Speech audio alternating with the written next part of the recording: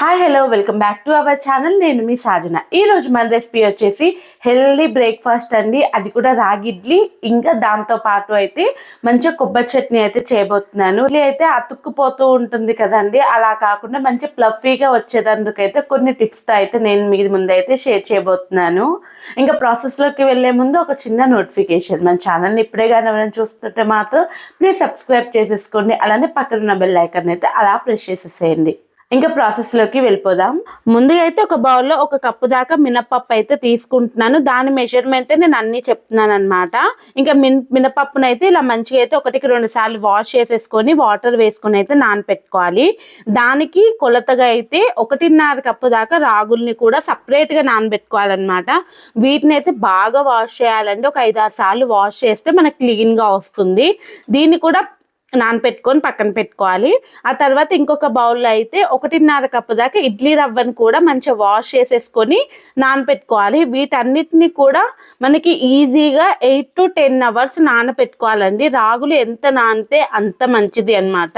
ఇంకా అందుకని వీటన్నిటిని అయితే నానబెట్టేసుకున్న తర్వాత 8 to 10 అవర్స్ తర్వాత అయితే ఇలా మంచిగా అయితే నానిపోతాయి అన్నమాట. ఇలా నానిన దాన్ని అయితే ఇంకా ఒక్కొక్కటిగా చూసుకుంటూ మిక్సీ జార్లో ముందుగా అయితే రాగుల్ని వేస్తున్నాను. నేను రాగుల్ని వేసుకొని మంచిగా అయితే మిక్సీ చేసుకోవాలన్నమాట. మనకి గ్రైండర్లో కూడా వేసుకోవచ్చండి, కానీ నలగడానికి చాలా టైం పడుతుంది. అందుకే నేను మిక్సీ జార్లో వేస్తున్నాను. ముందుగా అయితే రాగుల్ని అయితే కొద్దిగా వాటర్ వేసుకొని అయితే ఇలా మిక్సీ చేసుకొని అయితే ఒక మిక్సింగ్ బౌల్లో తీసుకొని ఇంకా మినపప్పును కూడా మిక్సీ చేసుకొని అయితే ఇలా మెత్తగా మిక్సీ చేసుకోవాలన్నమాట. మినపప్పును అయితే ఇలా అయితే మంచి మిక్సీ చేసేసుకొని మనం ఇందాక రాగి పిండిని అయితే వేసుకున్నాం కదా, అదే బౌల్లో ఇది కూడా యాడ్ చేసేసుకోవాలి. తర్వాత అయితే ఇడ్లీ రవ్వని అయితే మనం నైట్ అంతా నానపెట్టుకుంటాం కదా, ఇంకా అది కూడా ఇలా వాటర్ అంతా కూడా అబ్జర్వ్ చేసుకుంటుంది. ఇంకా దాన్ని కూడా ఇలా పిండి తీసుకోవాలన్నమాట. ఇది మనం ఇడ్లీ పిండిలో అయితే యాడ్ చేసేసుకోవాలి. ఇలా అంతా రవ్వనైతే ఇందులో యాడ్ చేసేసుకున్న తర్వాత మంచిగా కలిపేసుకోవాలన్నమాట.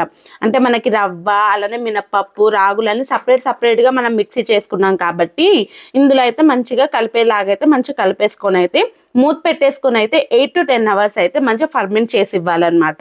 ఇలా ఫర్మెంట్ చేసుకుంటే చూడండి ఇంత బాగా ఫర్మెంట్ అవుతుంది. ఓవర్ నైట్ తర్వాత అయితే ఇలా మంచిగా ఫర్మెంట్ అయిన దాంట్లో కొద్దిగా సాల్ట్ వేసేసుకొని మంచిగా కలిపేసుకోవాలి. మంచిగా కలిపేసుకున్న తర్వాత ఇంకా మనం ఇడ్లీలు వేసేసుకోవడమే. ఎంత ఫర్మెంట్ అయితే అంత బాగుంటుందండి ఇడ్లీలకైతే. ఇలా ఇడ్లీలను అయితే ప్రిపేర్ చేసుకొని అయితే ఇడ్లీ పాత్రకి కొద్దిగా ఆయిల్ అప్లై చేసేసుకొని ఇడ్లీలాగా వేసేసుకోవాలి.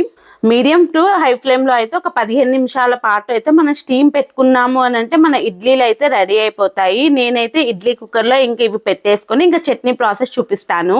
చట్నీ కోసం ముందుగా అయితే ఒక కడాయిలో ఆయిల్ వేసేసుకొని అందులో మన కారానికి తగ్గట్టు పచ్చిమిర్చి కొద్దిగా జీలకర్ర వేసేసుకొని అది వేగిన తర్వాత పచ్చి కొబ్బరిని అయితే ఇలా చిన్న చిన్న ముక్కలుగా కట్ చేసుకొని అది కూడా వేసేసుకొని మంచిగా అయితే ఒకసారి ఫ్రై చేసుకోవాలి ఒక 2 నిమిషాల పాటు.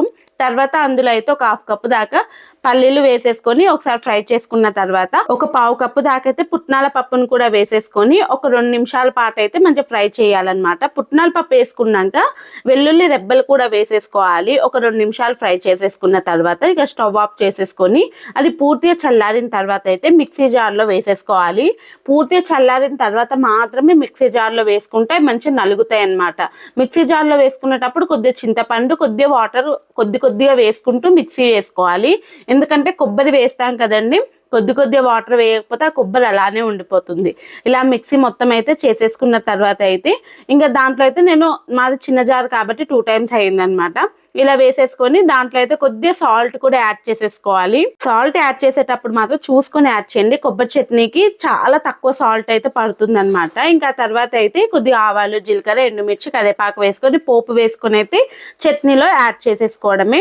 ఈ లోపల మన ఇడ్లీలు కూడా రెడీ అయిపోతాయి. ఇంకా దాన్ని అయితే సర్వింగ్ బౌల్లో తీసేసుకొని చూసారు కదా ఇడ్లీలు ఎంత ప్లఫీగా వస్తాయంటే అతుక్కువ అనమాట. మనకి అంటే ఏదో జిగురులాగా అనిపించదు, మంచి ఇడ్లీ లాగా ప్లఫీగా ఉంటుంది.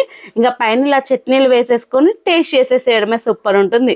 కమ్మని ఇడ్లీ అయితే రెడీ అయిపోయింది విత్ చట్నీతో పాటు. నాకైతే ఇలా చట్నీ పోసుకొని తింటే మాత్రం చాలా అంటే చాలా ఇష్టమండి.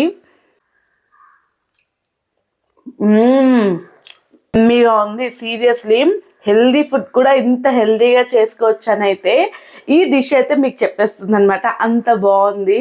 ఒకసారి మీరే ట్రై చేయండి, ఎలా వచ్చిందో నాకు కామెంట్ చేయండి. అలానే ఇంకో రెసిపీతో ఇంకో వీడియోతో నేను మీ ముందుంటాను. Signing off, bye.